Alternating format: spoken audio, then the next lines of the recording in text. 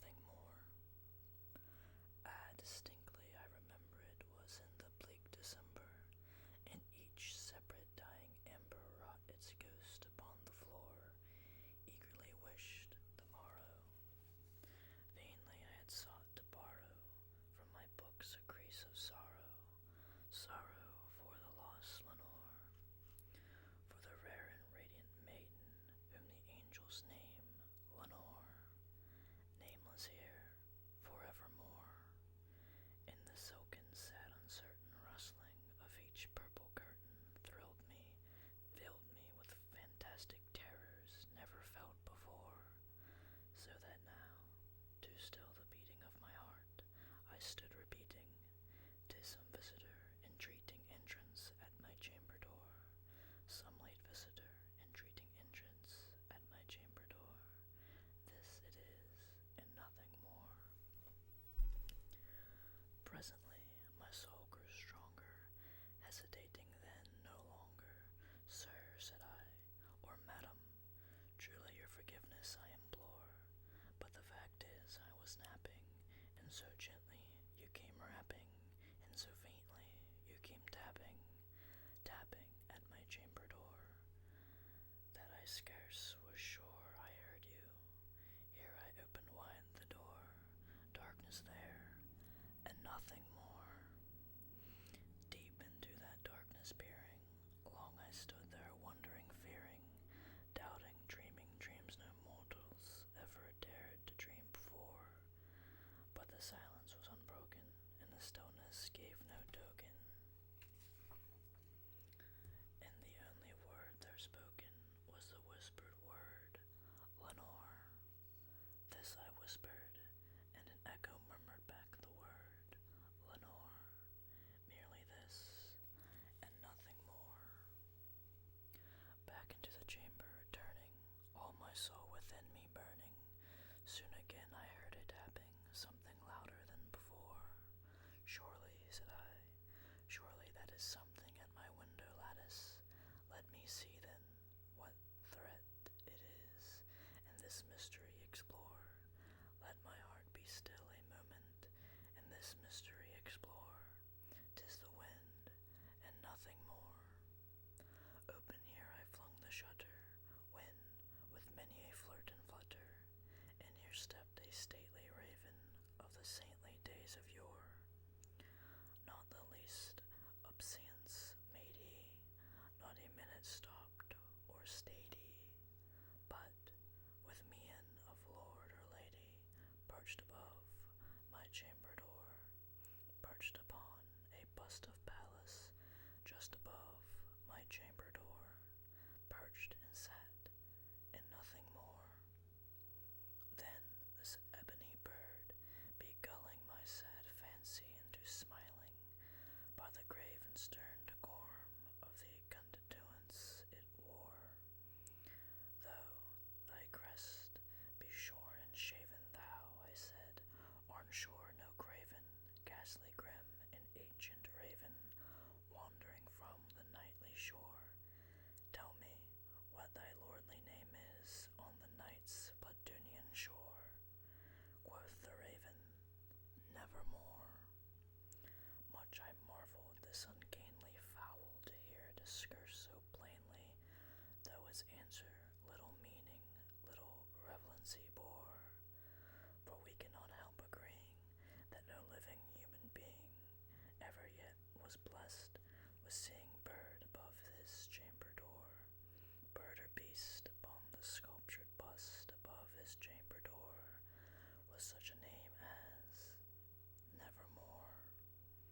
But the raven, sitting lonely on the placid bust, spoke only that one word, as if his soul, in that one word, did outpour. Nothing farther than he muttered, not a feather than he fluttered, till I scarcely more than muttered, "Other friends have flown before. On the morrow he will leave me, as my hopes have flown before." Then the bird said, "Nevermore," startled at the stillness broken by replies so aptly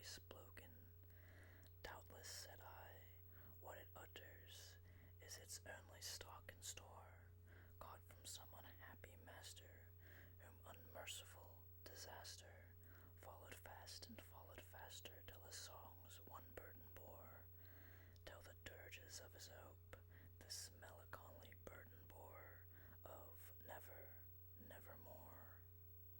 But the raven still beguiling all my sad soul into smiling, straight I wheeled a cushioned seat in front of the bird, and bussed in door. Then, upon the velvet sinking, I betook myself to linking fancy unto fancy, thinking that this ominous bird of yore, what this grim, ungainly, ghastly, gaunt, and ominous bird of yore meant in croaking, nevermore. Then I sat, engaged it in guessing, but no syllable expressing, to the fowl whose fiery eyes now burned into my bosom's core. This and more I sat divining, with my head at ease reclining, on the cushion's velvet lining that the lamp light gloated o'er, but whose velvet violet lining with a lamplight gloating o'er, she shall press, nevermore. Then, methought, the air grew denser, perfumed from an unseen censer, swung by seraphim, whose footfalls stankled on the tufted floor. Wretch, I cried, thy God hath lent thee, by these angels he hath sent thee a respite that nympheth from the memories of Lenore. Quoth, oh quoth, this kind nympeth, and forget this lost Lenore. Quoth the raven, nevermore. Prophet, said I, thing of evil, prophet still, if bird or devil, whether tempter sent, or whether tempest toss thee here ashore, desolate, yet all undaunted, on this desert land enchanted, on this home by horror haunted, tell me truly, I implore, is there balm in Gilead? Tell me, I implore. Quoth the raven, nevermore.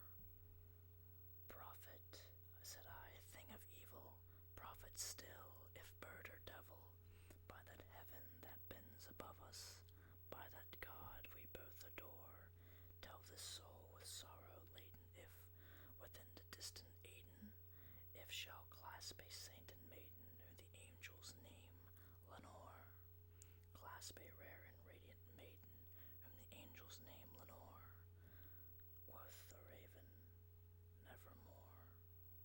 But that word, our sign of parting, bird or friend, I shrieked, upstarted, get thee back into the tempest in the night's Plutonian shore, leave no black plum as a token of that lie thou soul hath spoken, leave my loneliness unbroken, quit the bust above my door, take thy beak from out my heart, and take thy form from off my door.